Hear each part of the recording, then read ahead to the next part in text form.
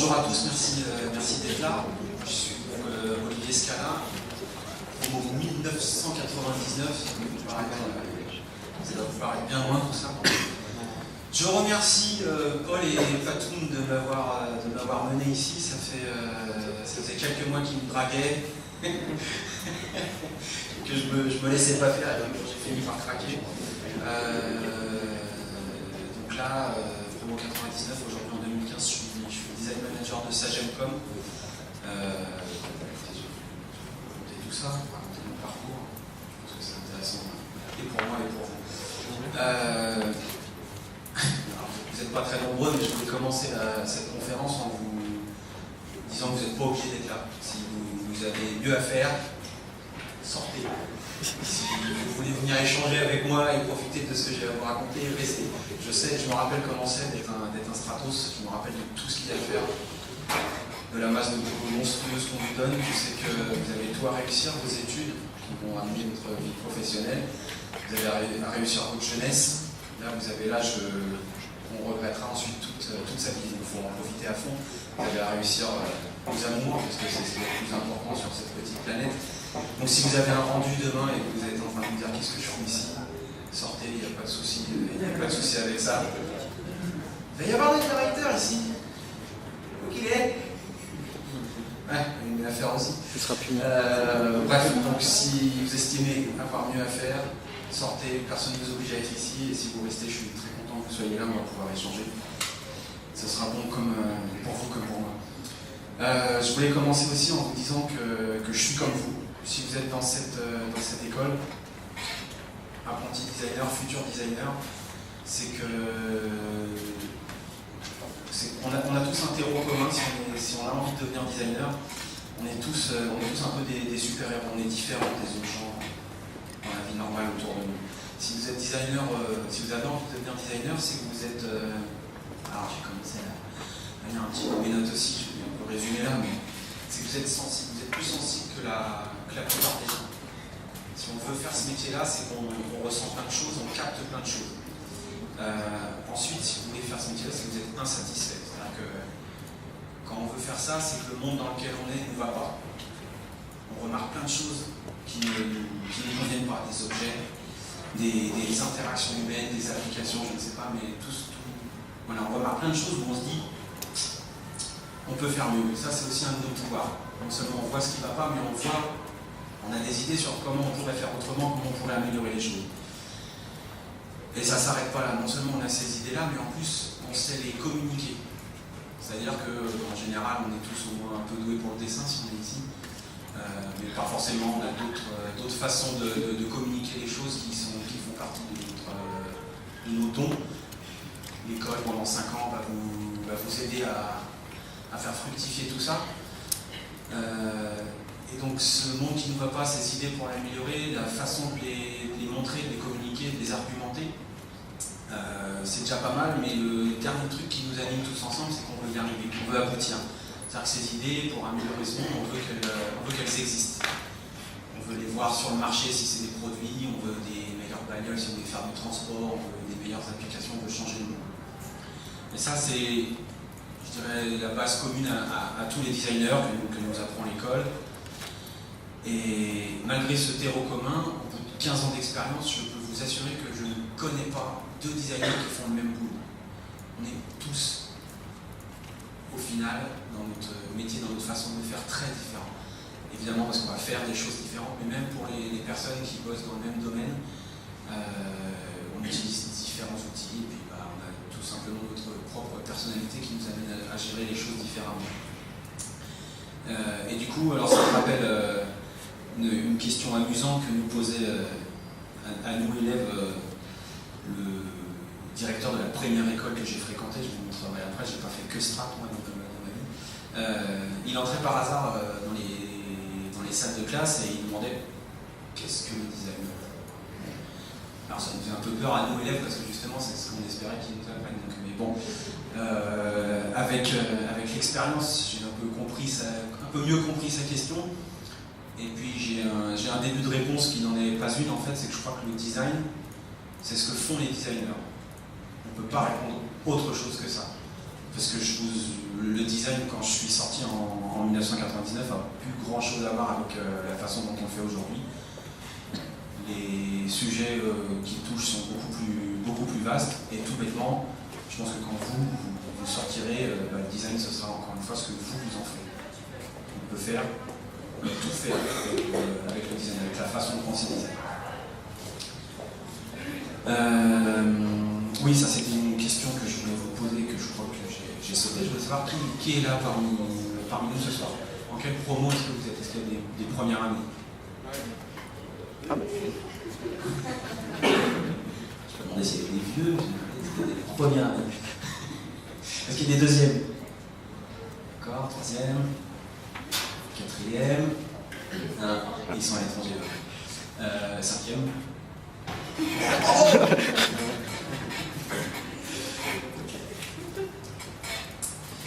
Alors je vais commencer par vous parler de ma première école de design que j'ai fréquentée, c'est l'ISD. Moi, après un bac C, là encore je vais parler comme média vieux, exprès. Alors, maintenant ça s'appelle un bac S, donc scientifique, donc maths et physique. Je suis rentré donc à Valenciennes, à l'Institut supérieur de design que j'ai fréquenté pendant 4 ans. Donc j'ai eu le plaisir d'apprendre les bases, de faire quelques projets avec M. Cotard, je crois que vous l'avez encore. Là, cette chose-là, c'est un fer à repasser. J'ai fait une perceuse avec lui. À la première année, j'ai fait la lampe bizarroïde là-haut.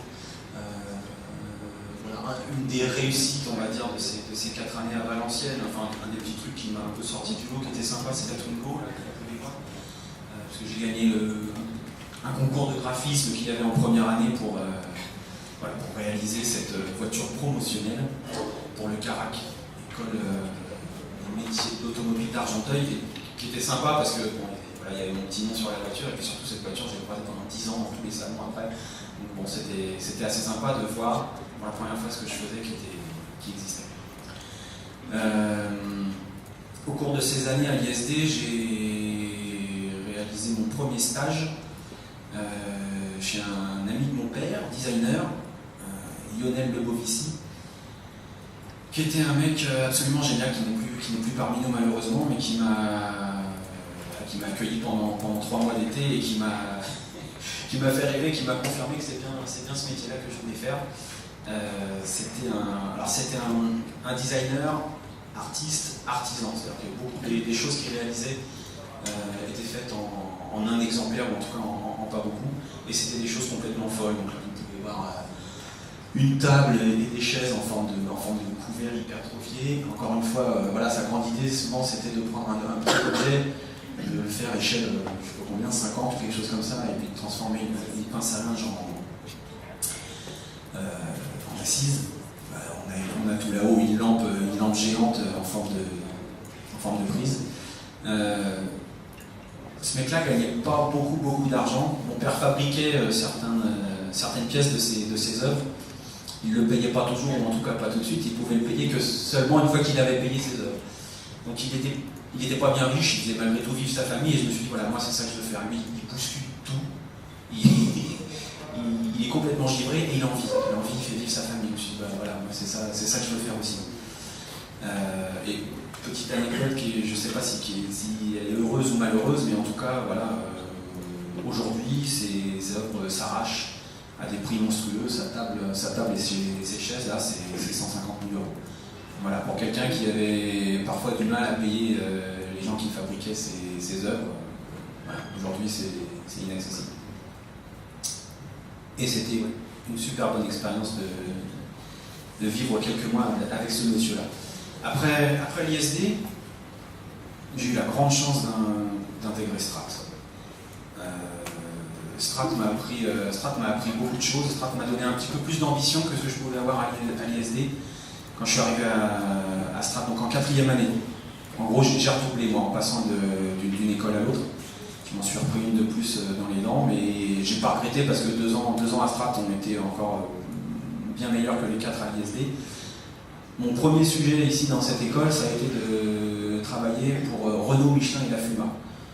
Bon, c'était costaud comme partenariat, et c'est pas le genre de choses qu'on avait à Valenciennes, et je me suis dit, ouais, là ça va être pas mal. Autre chose très agréable, c'est qu'on avait beau être dans l'école depuis 2 semaines, tout le monde me connaissait. Je tiens à remercier ici messieurs Talop, Larivière, Siama, l'autre, mais aussi celui dans ce moment, voilà, de m'avoir apporté tout ça. Et également, j'insisterai bien sur Alain Jacquemin, je ne pense pas que vous me voyiez beaucoup, hein, c'est fini ça. Alain Jacquemin, voilà, et qui était pour moi le garant de l'esprit de l'école, même si tous étaient dans cette optique-là. Mais lui, il nous faisait des cours, je ne sais pas si vous avez encore ce genre de cours, il nous faisait des cours de, j'ai toujours pas compris comment on pourrait appeler ça, des cours de rien du tout et de tout. Complètement fou, qui faisait tout l'esprit de l'école, on ne savait pas ce qui allait nous arriver quand on arrivait en cours. Et bah voilà, pof, il en montre un du doigt, il fallait se lever, il fallait improviser, il fallait parler sur un peu n'importe quoi, donc il fallait nous obliger à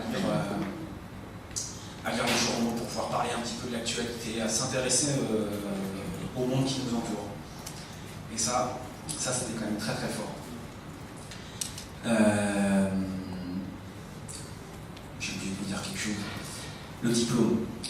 Moi, mon diplôme, mais c'est limite anecdotique, j'ai décidé de créer un sport. Ça peut paraître assez large, mais je pense qu'il faut toujours partir d'une problématique assez large. Je voulais créer un sport qui redonne ses vraies valeurs au sport. Mais à la limite, c'est pas tellement ça que je voulais vous dire, je voulais juste vous rassurer, surtout ceux qui s'inquiètent.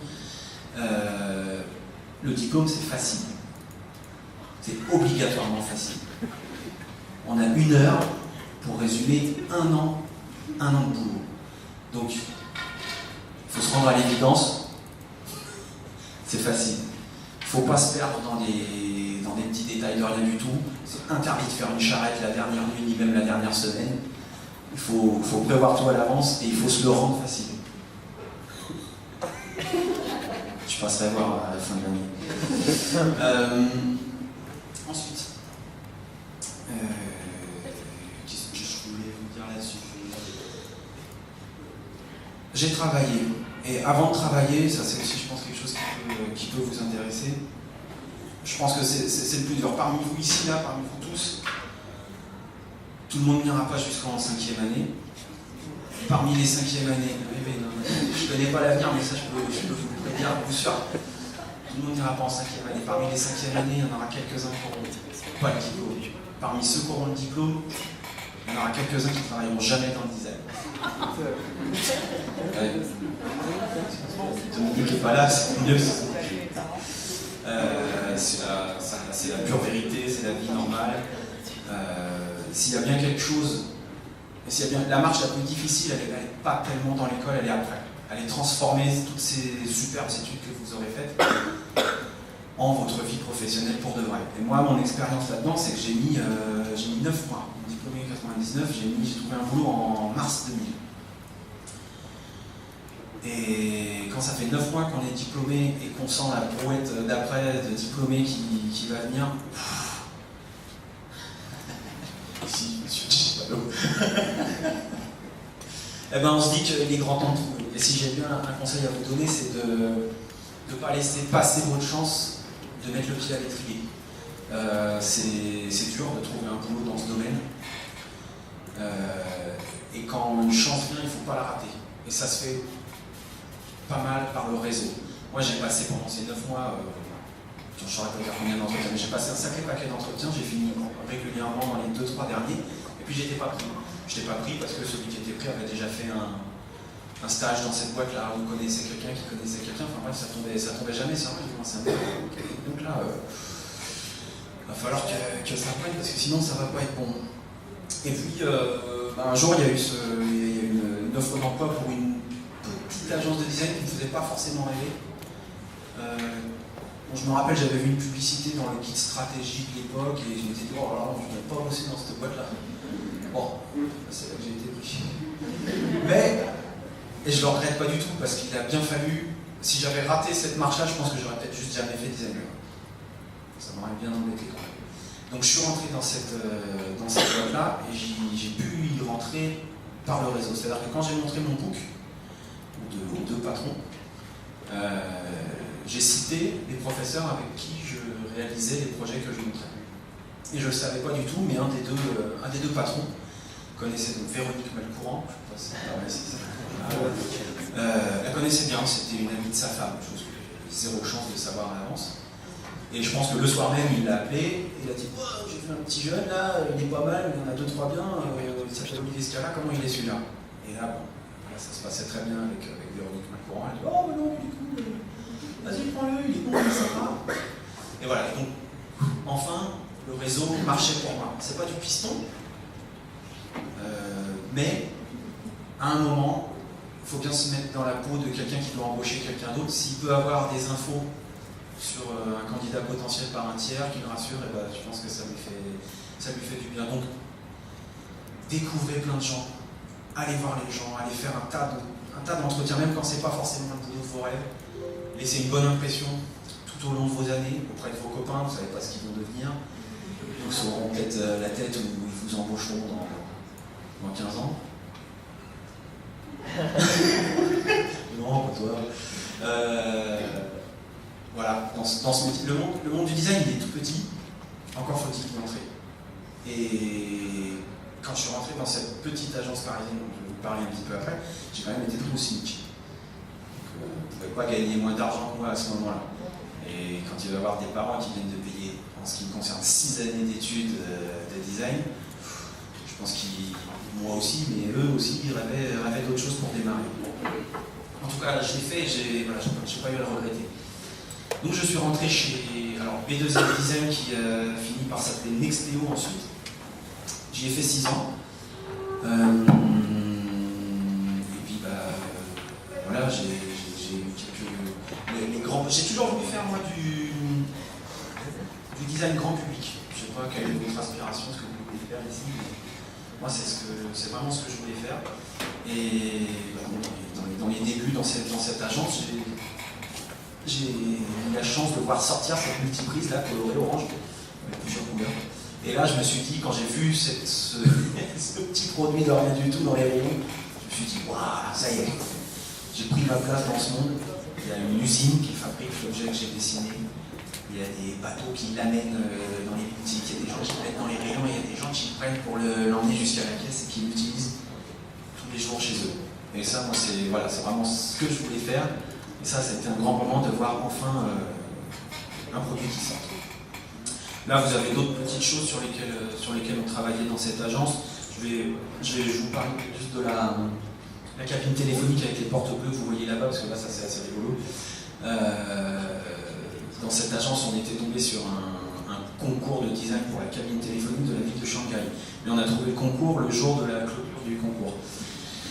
Alors on les a joints, on leur a dit on veut bosser pour ça.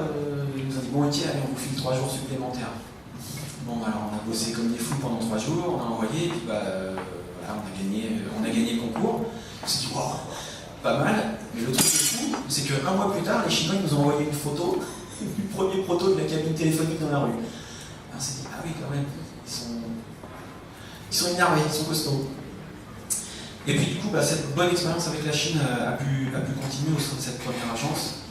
Et on a bossé pas mal pour un fabricant d'outillage électroportatif. Et on a sorti cette première perceuse là que vous voyez en bas à gauche, toute rondouillarde. Et là, elle a fait un peu de bruit dans ce monde-là, parce que c'était la première perceuse qui disait autre chose que c'est moi la plus forte, c'est pour les mecs, et puis tu vas voir comment je vais te défoncer tous les murs.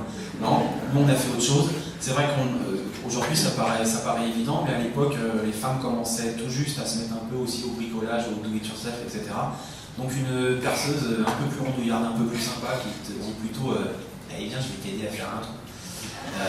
Ça a bien marché, et du coup avec ce fabricant chinois, on lui a décliné sur plusieurs années 2 gammes complètes d'électroportatifs.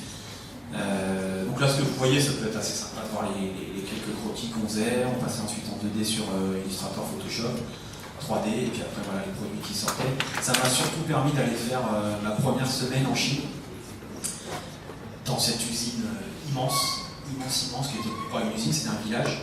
Parce qu'en usine, en Chine, les gens vivent avec leur famille là où ils bossent. Et puis ils partent pas en week-end, de toute façon ils ont juste un vélo, donc ils restent là. Donc découvrir ça, la Chine, c'est vraiment c'est le pays le plus extraterrestre de toute la planète Terre. Mais c'était vraiment une chouette expérience de voir tout ça, rencontrer le grand décideur, voir qu'il ne voulait jamais payer. Tout ça. Petite anecdote qui n'a pas donné grand chose, mais un projet pour Sagem, mais quand on sait ce que je suis devenu aujourd'hui, c'est quand même rigolo de voir ça.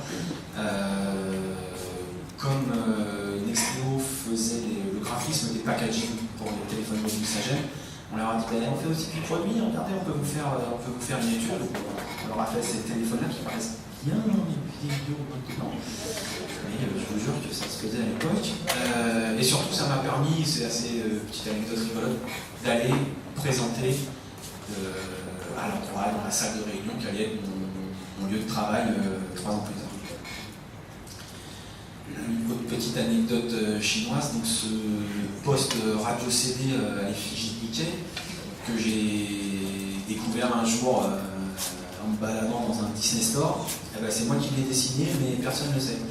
Tout bêtement parce qu'on s'était donné comme sujet en interne de travailler sur ce genre de produit, et puis d'aller montrer ça, enfin, moi je ne m'étais pas déplacé à ce moment-là, mais d'aller montrer ça à des fabricants chinois, à qui on n'a rien laissé, on a montré des planches. On n'a pas laissé la moindre image, la moindre clé USB, rien du tout. Voilà. On leur a juste montré. Ils nous ont dit non, il n'y a rien qui nous intéresse. Et 1 an plus tard, alors j'avais pas fait les boutons en forme de Mickey, hein, enfin à part ça, c'est exactement ce que j'avais dessiné et modélisé. Donc, bon. Voilà, bon, encore une autre expérience avec la Chine, et puis avec notre métier en général, notre boulot c'est d'avoir des idées, et pour les vendre, il faut un peu les montrer. Et une fois qu'on les a montrés, si le client en face n'est pas réglo, pourquoi donc nous paierait-il?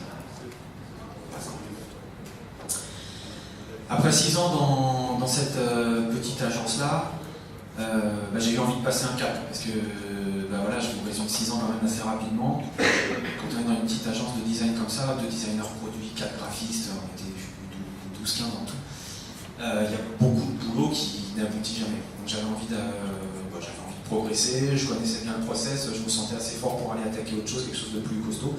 Et j'ai été pris chez Extreme Design, donc là déjà une agence parisienne aussi, plus grande, une centaine de personnes, des graphistes partout, avec une petite dizaine de designers produits. C'est beaucoup pour L'Oréal. Toujours dans le design grand public, ça c'était toujours ce que je voulais faire, donc ça c'était toujours le cas.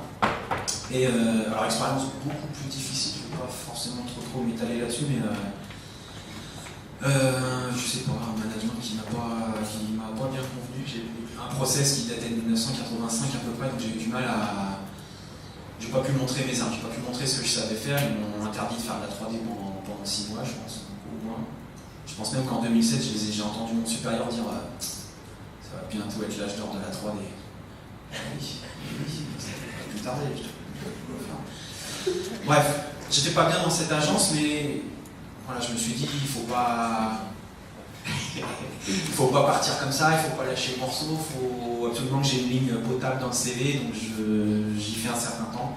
Je me penche sur les projets qui vont pouvoir m'apporter de la force, du savoir. Et j'ai entre autres eu la chance de travailler sur ce cadre de compétition pour une petite société française familiale de vélo de course, GIRS, qui a gagné un Eurobike Award en 2008, et surtout qui m'a permis de voir pour la première fois un projet globalement, vraiment de A à Z. Comme vous pouvez le voir, là, j'ai vraiment, à partir des tout premiers croquis de concept du cadre, c'est-à-dire qu'est-ce qu'on va...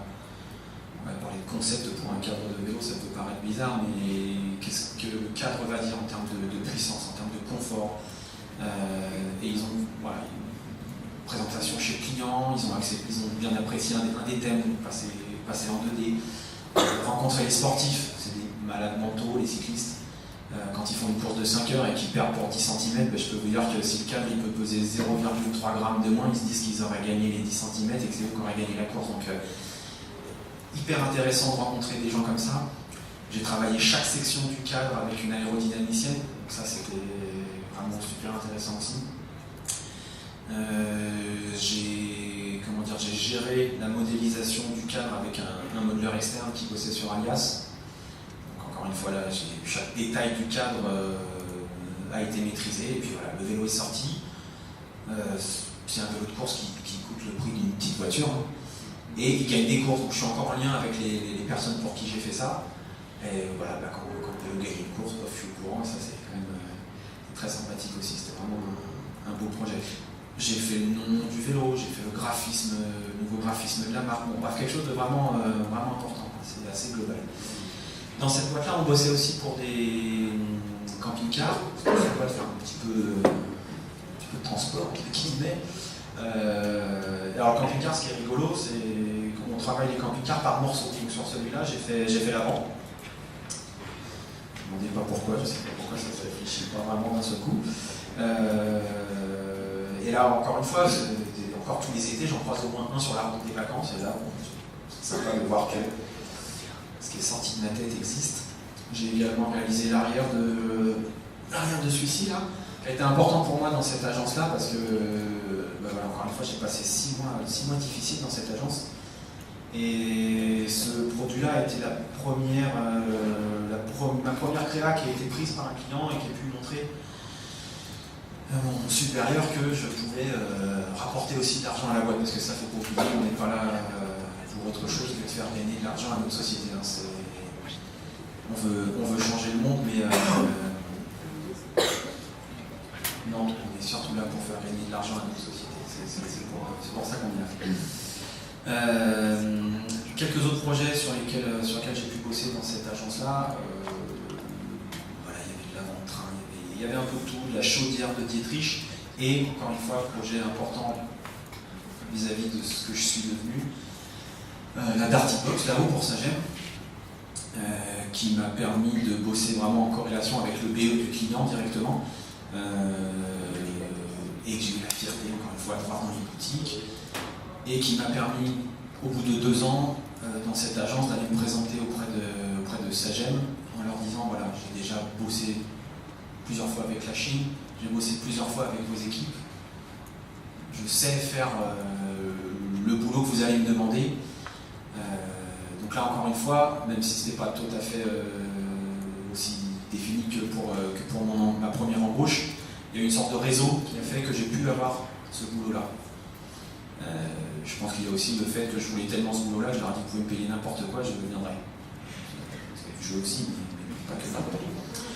Donc enfin, au bout de 8 ans d'expérience, je deviens design manager déjà, avec une équipe à gérer, et je deviens designer intégré. Ça, c'est quelque chose que je voulais, parce que je voulais essayer d'avoir la chance de gérer un projet d'un bout à l'autre.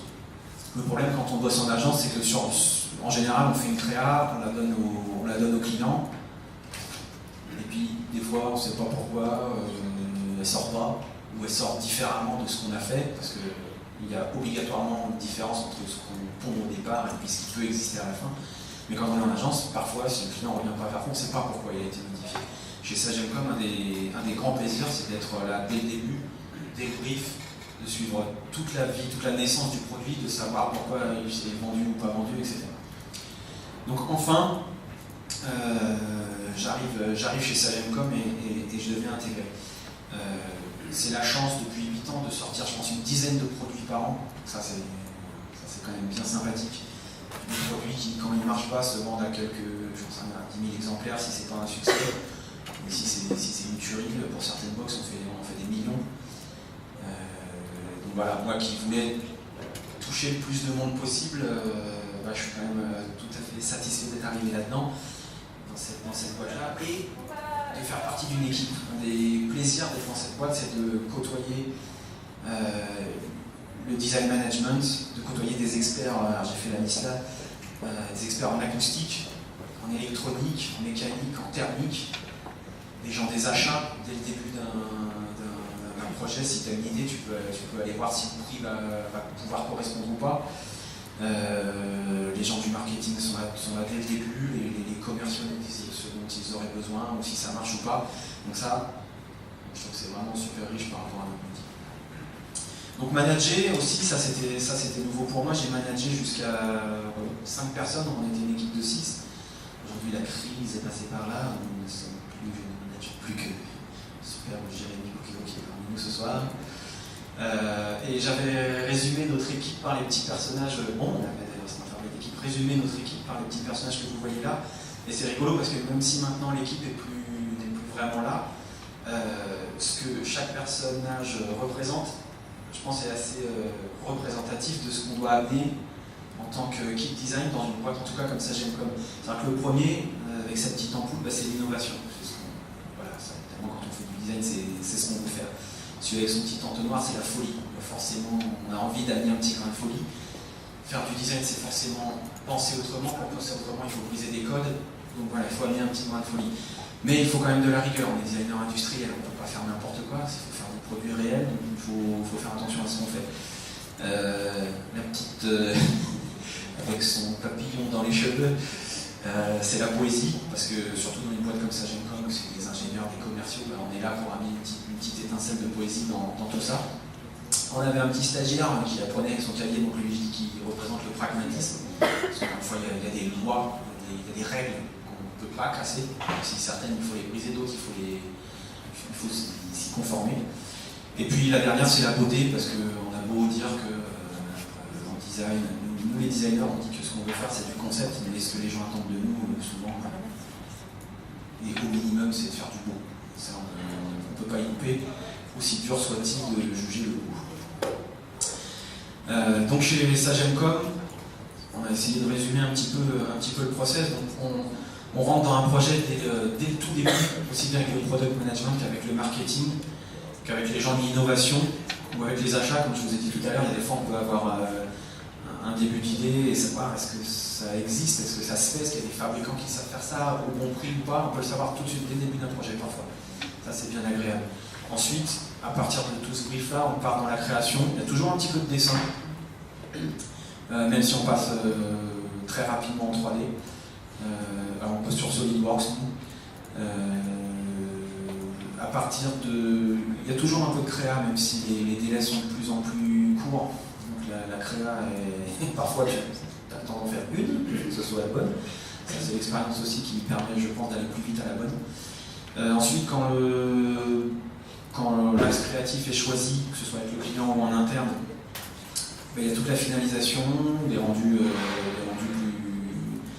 plus finaux, on fait des super belles maquettes, on fait des belles maquettes, on travaille les matériaux, on travaille parfois l'interface utilisateur, et une fois qu'on se met à la fabrication de l'idée, donc tout ce que je vous ai dit, le travail avec les gens de la méca, les gens de l'acoustique, le brisage, je vous en parle un petit peu plus après, mais c'est super intéressant de voir tout ça, de voir pourquoi la créa que j'avais faite au départ évolue, pourquoi est-ce qu'à un moment il faut rajouter 5 mm par-ci, 5 mm par-là.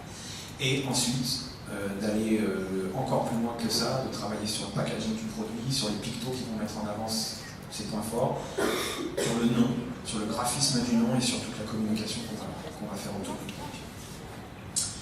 Alors lui, le 60, donc là, mon petit bébé, mon chef d'œuvre pour le moment. Lui, il a révolutionné son marché. Quand j'ai été pris chez Sagemcom, c'était vraiment pour travailler dans la petite business unit de téléphonie résidentielle.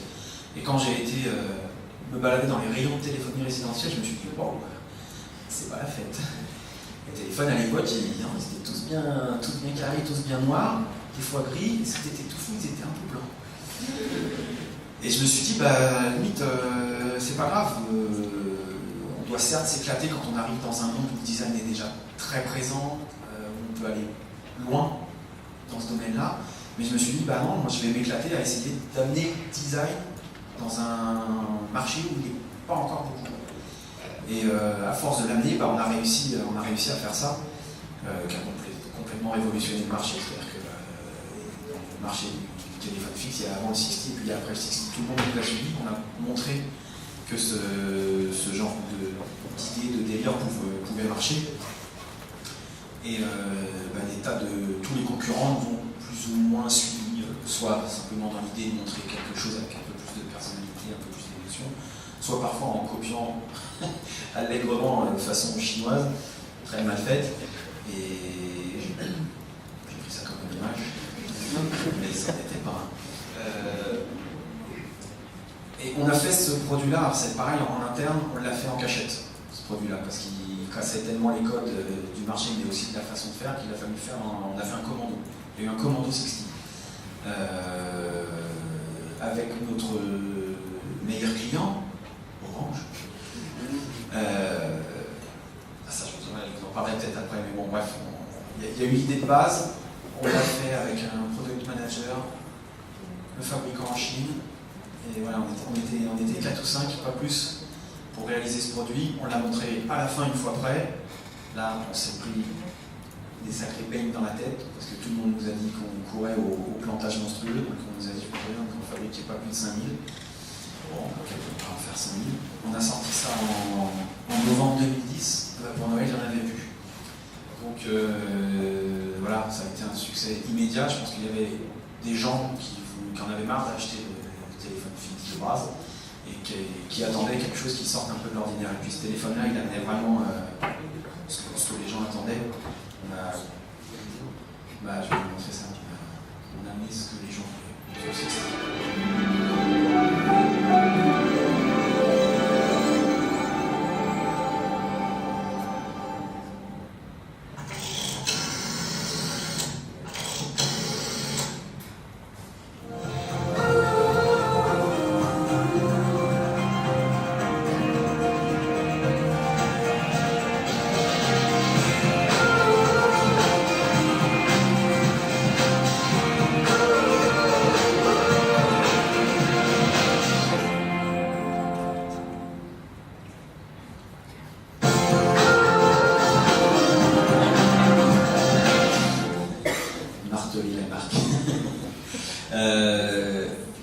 Sur 60, là où on a tourné, enfin il y avait la couleur que les gens attendaient, il y avait la petite plaque de nom à l'arrière qui sert absolument à rien, mais qui sert à tout, qui sert à amener l'esprit du téléphone. Il y avait donc ce fameux cadran rotatif qu'on n'allait pas faire comme à l'époque, évidemment. On a mis tout ce qu'il y avait de plus moderne dans ce téléphone, mais ce cadran rotatif c'était dans toutes les têtes, il fallait absolument l'amener, donc on a amené ça par le bruit et la lumière que vous avez pu voir un peu dans le film qui est là. Et du coup, donc pour ce soir, j'ai vraiment pu vous ressortir les tout premiers croquis du 60 qui sont grands comme ça, hein, en vrai, les petites recherches. Donc ça, c'est vraiment drôle de voir d'ailleurs qu'on était pas loin assez rapidement de ce qui est sorti. L'idée étant à l'époque de copier sur l'automobile, hein, la Beetle, la Mini et la Fiat 500 étaient sorties, étaient des gros succès. La Fiat 500 elle a juste sauvé Fiat. Et notre client chez Orange a dit mais il y a moyen de faire ça dans la téléphonie, faites-moi quelque chose. Bon, ok client. Donc là on a fait une étude de l'existant, de l'histoire de la téléphonie, puis on s'est rendu compte que le vieux S63 qu'on avait nous tous en tête était vraiment le sujet idéal. Tout le monde en avait un souvenir incroyablement bon, malgré tous ces petits défauts. On s'est rendu compte que toute la planète entière connaissait ce téléphone. Et que de 15 à 75 ans, tout le monde l'avait utilisé, avait mis son petit truc à l'oreille derrière, enfin bon, bref. Beaucoup d'émotions étaient charriées par ce téléphone, donc on s'est dit, voilà, c'est sur lui qu'il faut qu'on travaille, comment est-ce qu'on amène de la modernité à ce téléphone. Donc là, vous avez quelques premières créas en 3D. Voilà, dès là-haut, il y avait l'idée du clavier rond, avec un jeu de lumière qui le parcourt. Le côté évidement du téléphone, parce que les 63, quand vous en voyez encore aujourd'hui, c'est quand même un gros pépère. Et avec la modernité, on pouvait mettre un grand coup de pelleteuse dans l'arrière et puis faire quelque chose de beaucoup plus fin, beaucoup plus agile, mais malgré tout qui conserve les proportions de cet ancien téléphone. Donc on a assez vite tourné autour du thème final. On a hésité, comme vous pouvez le voir peut-être à gauche, sur des formes de combinés différentes, mais au final on est resté sur quelque chose de très proche de l'ancien. Il y a eu beaucoup d'hésitations là-dessus. Ramener des matériaux nobles, les crochets qui maintiennent le téléphone et qui le chargent sont vraiment en métal, ils ne sont pas en plastique fait comme si c'était du métal. On a trouvé le nom, il y a eu un un sondage pour le nom, j'avais trouvé plusieurs noms, enfin on s'était mis aux 3-4 créatifs de la société pour trouver ça, donc il s'est appelé 60 avec quand même pas mal d'avance, mais il aurait pu s'appeler Dream, ou Bakeli, ou Genesis, ou Diva. Et puis on a fabriqué aussi, parce qu'une fois qu'on a fait une créa sympa, ce qu'il faut c'est trouver le fabricant qui va savoir nous le faire correctement. Donc là c'est tout le boulot qui est résumé en une slide mais qui a duré pas quelques mois. Vous avez le premier proto là au milieu, le travail de logement des composants au tout début,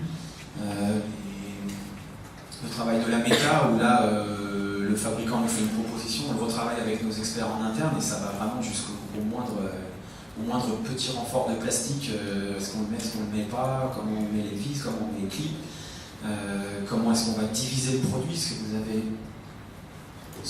là, c'est quand même assez intéressant de voir. Ça s'est super bien passé avec ce fabricant là, il faut voir que la première fois qu'il nous envoie une délimitation de pièces, quand même, donc là il faut veiller, lui dire non, tu vas pas faire ça comme ça, tu vas faire une délimitation de pièces qui se rejoignent, s'il te plaît. Donc voilà, il faut faire gaffe à pas mal de petits détails, encore une fois, qui font que à la fin le produit sort d'une façon un peu différente de ce que tu as dessiné, mais que tu as géré. Par exemple aussi celle-là j'aime bien. Ici vous pouvez voir qu'il y a une bonne grosse protubérance au milieu du combiné. Et ça, c'était les gens bien pensants qui pensaient que les utilisateurs auraient un peu de mal parfois à le raccrocher et que donc en mettant cette protubérance, le combiné allait obligatoirement bien se raccrocher tout seul. Mais pour résoudre ce petit problème qui n'arriverait pas souvent, leur idée c'était de mettre un gros truc tout pourri qui serait là tout le temps. Donc là, je leur dis non, tu fais pas ça, tant pis, les gens ils auront peut-être le raccrocher mal une ou deux fois, et puis après, le téléphone qu'ils ont acheté 90 €, on va apprendre à s'en servir, puis ils le feront bien. Donc là, il faut faire gaffe à essayer de gérer les modifs qui arrivent jusqu'à la vie du produit. Et puis donc, on avait peur de ne pas en vendre 5000, on en a vendu 500 000. Donc c'est gros succès. Qui montre que c'est très très dur de prédire ce qui va arriver à un produit. Les gens qui bossent dedans depuis 10 ans n'avaient pas vu venir ça. Et le fait que ce téléphone ait du succès a permis de s'éclater au niveau des définitions, des couleurs. Le coup de le sortir en drapeau anglais, c'était quand même assez osé. Je ne saurais pas dire combien on y a fait, mais c'est tout parti. C'est un téléphone qui nous a fait beaucoup de presse, qui a fait beaucoup de bien à la marque. On a eu des journaux, principalement aux fêtes de Noël, pendant 3 ans, 4 ans peut-être, même après sa sortie, il y avait encore des journaux qui le découvraient, qui disaient « Oh, regardez le nouveau truc !» Et puis la télé, parce que chaud le matin, et puis je sais plus quelle chose, à un moment, il passait 2 fois par jour à la télé, encore une fois, 4 ou 5 ans plus tard. Bon, il a bien marché. En 2011, il a été dans la cool list de stuff. Ça, c'est cool. Donc bref, voilà, c'est quand même le produit qui a été sympa à faire. Et après ce succès, les grands penseurs de notre société se sont dit « ça marche le design, alors vous allez m'en pondre toute une gamme. » C'est chouette, on va pouvoir faire des choses qui sortent un peu de l'ordinaire. Et je pense que, si je me souviens bien, au bout d'un mois de créa, on était encore 3 designers produits à l'époque, on avait à peu près avancé chacun sur une idée. C'était le tout début dans notre tête. Et puis là, le décideur, il a fait « Ouais, ils sont bien vos trucs. Allez, on va sortir celui-là à 39 €, celui-là à 49 €, celui-là à 59 €. » Ah. Et puis bon, ça n'a pas marché. C'est les 3 téléphones là que vous voyez là, malgré, je pense, quelques qualités, une personnalité à peu près avérée. Ça n'a pas marché. Donc comme quoi, le design, mal préparé, ou en tout cas précipité, donc c'est pas un gage de réussite, pas obligatoirement. Je vous montre aussi quelques exemples de la gamme, je dirais, habituelle, qui n'est pas moins intéressante à travailler. Moi, je trouve que c'est super aussi de devoir travailler sur un sujet au budget limité, et malgré tout, il faut réussir à donner une personnalité au téléphone, il faut réussir à le faire sortir du lot, il faut que les gens qui regardent le rayon se disent ah oui, bah, moi c'est celui-là que je veux. Donc on a essayé avec de la couleur. Celui-ci là qui a bien marché, ensuite, alors il a bien marché, mais il y en avait 6, je crois qu'il y en avait 7, voilà, dans les rayons, ils disaient ça prend trop de place, donc au final on a fait un autre avec la façade interchangeable qui permettait de dire quand t'achètes un duo ou un trio, tu ne mets pas de la même couleur dans ton salon, dans ta cuisine, bon, voilà, etc. Des petits détails comme ça. Qu'est-ce qu'on peut faire? On n'a pas beaucoup d'argent. Qu'est-ce qu'on peut amener? Qu'est-ce qu'on peut avoir comme bonne idée pour le faire sortir en vie? Autre grande idée, autre grand projet, l'Allium, qui date un peu moins, qui est 2013, c'était comment on sentait que c'était une idée qui était dans l'air, comment amener dans la téléphonie résidentielle l'idée du smartphone, le smartphone de la maison, le smartphone de la famille, avec grand écran tactile, Android et tout. Bref, la même chose que ce qu'on a tous dans la poche, mais pour la maison. Et ça, je voulais vous en parler aussi parce que ça marche pas mal comme ça. C'est un design en perruque. C'est-à-dire que mon gars Jérémy qui est là parmi nous ce soir, il y avait cette idée-là qui traînait dans l'air et puis il a fait ça en plus le soir, tout seul. Il a sorti l'idée, il a sorti un design, il m'a montré ça un jour, il m'a dit regarde, j'ai fait ça, moi. Ah, ouais, pas mal. Bah écoute, on va lancer un mock-up et puis on va voir ce que ça donne. D'ailleurs, je pense que si je dis pas de bêtises, je peux vous montrer le mock-up parce que là, ce que vous voyez, c'est le produit final. Voilà. C'est lui que vous voyez là-haut, là, en 3D rendering. Voilà, il m'a sorti ça un soir, il m'a dit regarde, on pourrait faire un truc comme ça dans le smartphone. Bon. On montre ça au grand chef, ça plaît, on lance le projet, je ne raconte pas le pognon qu'on a dépensé en R&D, le temps passé à essayer de trouver les clients, convaincre les clients, et puis au final à faire des tas de compromis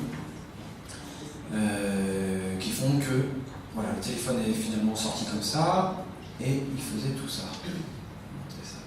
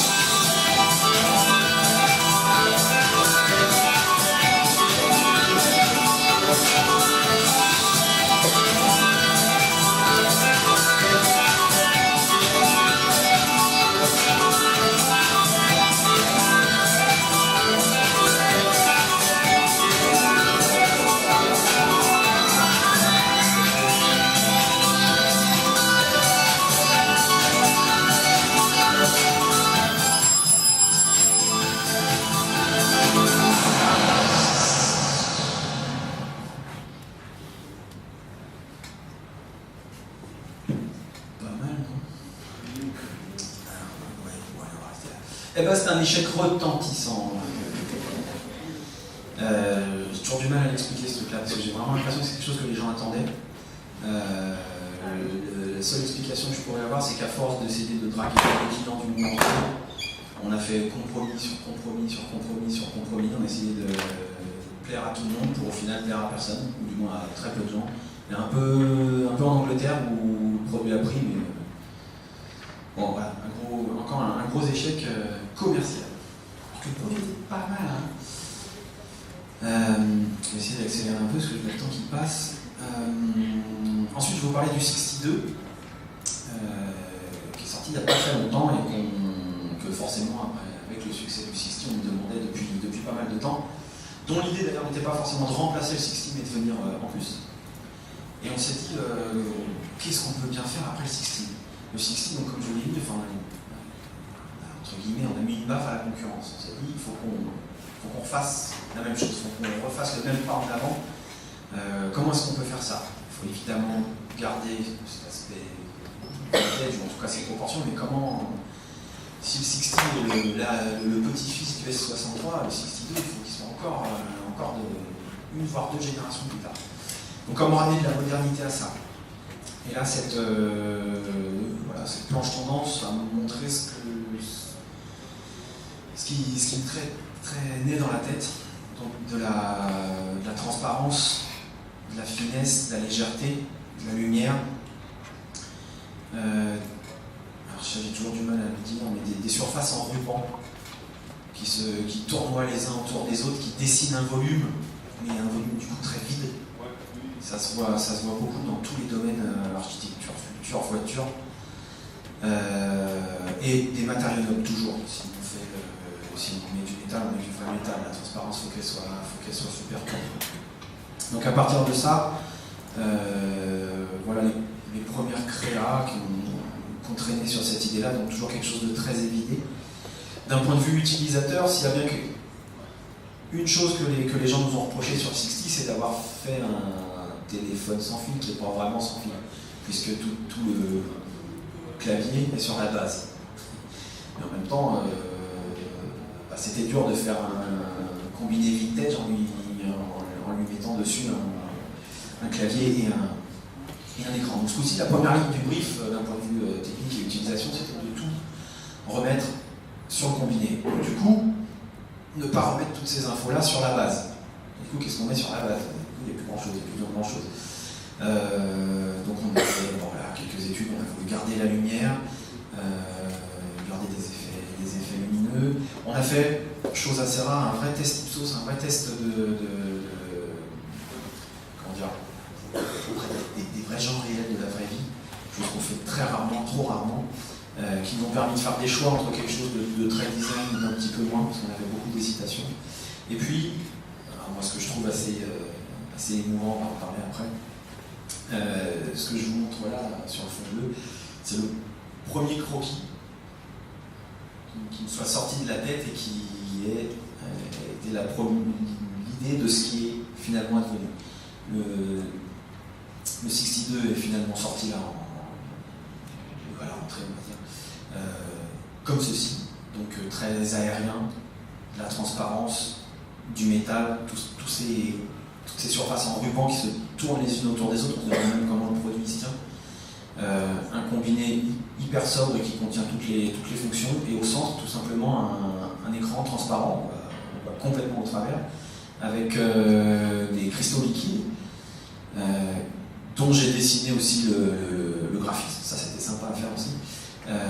Et d'un point de vue 12 cet écran transparent est rétro-éclairé, et il s'éclaire en vert si l'appelant est dans votre répertoire, en orange si c'est pas, et en rouge si c'est quelqu'un que vous avez blacklisté ou un numéro inconnu ou quelque chose comme ça. Ce qui fait que voilà, vous êtes dans votre canapé, le téléphone il sonne, hop, c'est rouge, et ben je reste où je suis et je continue de regarder la télé.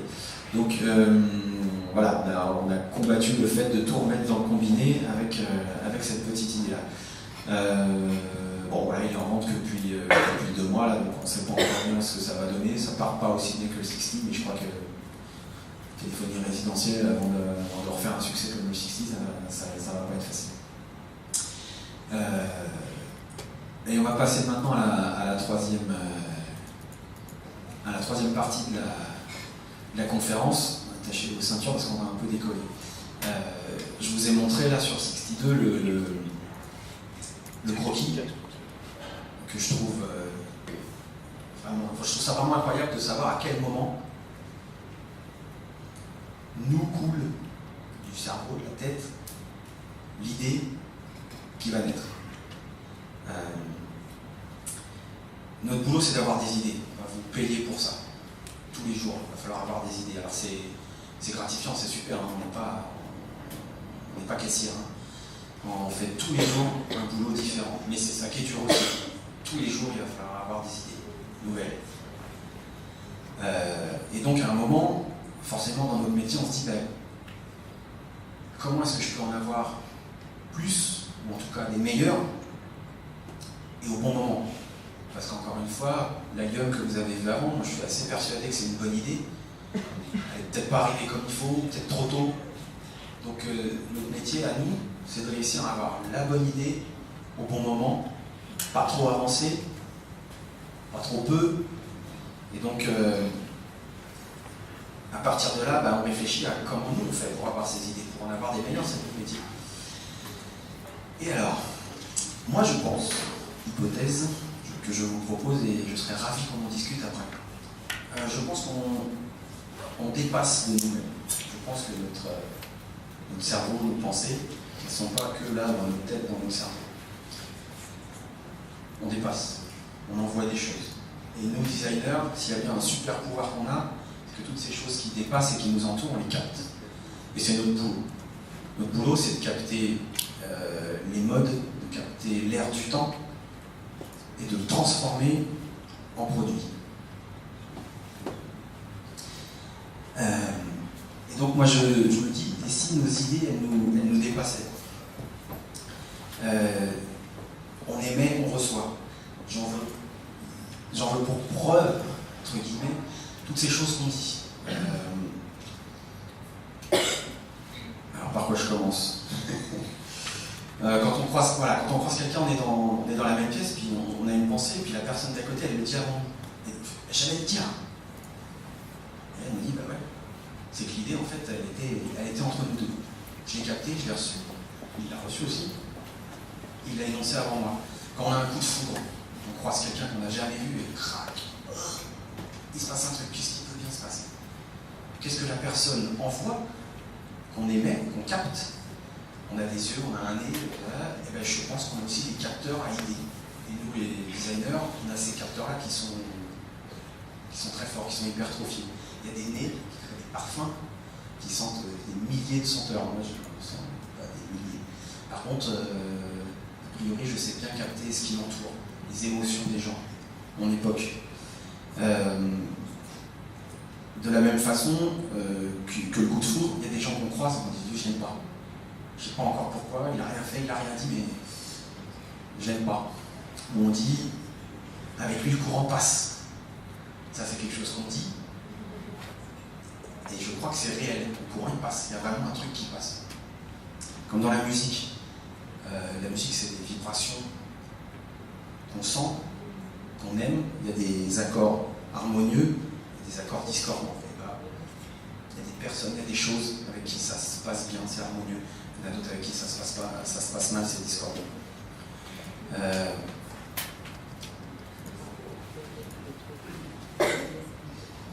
Avez-vous déjà entendu parler de la noosphère? Personne? Personne? C'est amusant. La noosphère, c'est un concept qui date de 1922. 1922, c'est pas tout jeune. Alors, Vladimir Vernadsky puis Pierre Teilhard de Chardin ont imaginé. Alors attention, on continue.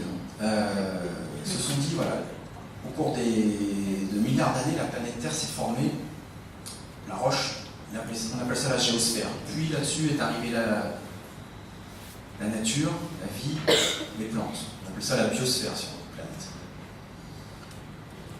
Puis cette nature, ces plantes sont devenues des animaux avec un cerveau et des capacités cognitives de plus en plus fortes, de plus en plus importantes. Et si on imagine que ces idées s'envolent, c'est créer ce qu'ils ont appelé la noosphère, c'est-à-dire la sphère cognitive, la sphère des idées autour de la planète Terre. Et ils ont imaginé ça parce qu'ils se sont rendus compte que sur la planète Terre, dans des endroits très différents, et à un moment où il n'y avait aucune communication, on a inventé le feu, on a inventé l'écriture, on a inventé l'architecture, tout ça partout sur la planète, à des moments, au même moment, à des endroits qui ne pouvaient pas se parler. Donc il s'est dit, est-ce qu'il y a ça qui traîne? Est-ce qu'on envoie tout? Et est-ce que ces idées, elles voyagent autour de la planète? Et elles viennent en nous. Et moi, je trouve cette idée absolument merveilleuse. Parce que nous, les designers, on est des capteurs à futur. Quand je vous montre le croquis du 62, qui finit par naître et qui va être chez les gens qui vont l'utiliser, je sais vous dire exactement à quel endroit et à quel moment. Moi, petit radar à futur, je l'ai capté, je l'ai sorti parce qu'on m'a appris à dessiner, à réfléchir à tout ça. Et voilà, le truc est arrivé. Et donc, si on pense à tout ça, nous les designers, moi j'imagine que quand on a une belle idée, quelque chose de fort, quelque chose sur l'amour entre nous, quelque chose qui élève l'humanité, j'imagine quelque chose qui part très loin, quelque chose de jaune, rouge, orangé, qui s'envole très loin. Et quand on a une idée basse, quand on insulte quelqu'un, quand on n'est pas bien, un zigoumi tout pourri, tout noir et qui va pas loin. Et tout ça, ça se mélange.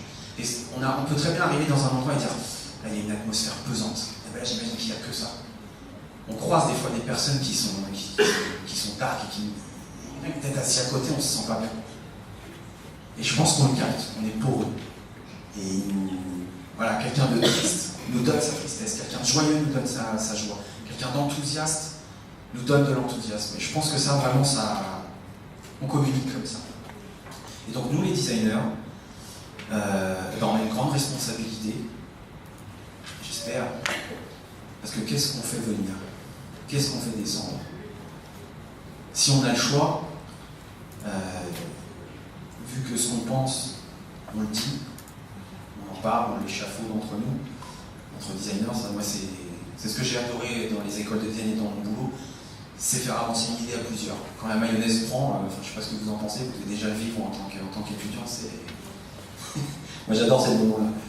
Et donc, nos idées se transforment en paroles, nos paroles se transforment en actes, et les actes font la réalité. Donc, nous, les designers, on a le choix de faire naître des choses qui élèvent l'humanité ou des choses qui la font choir, qui la font descendre.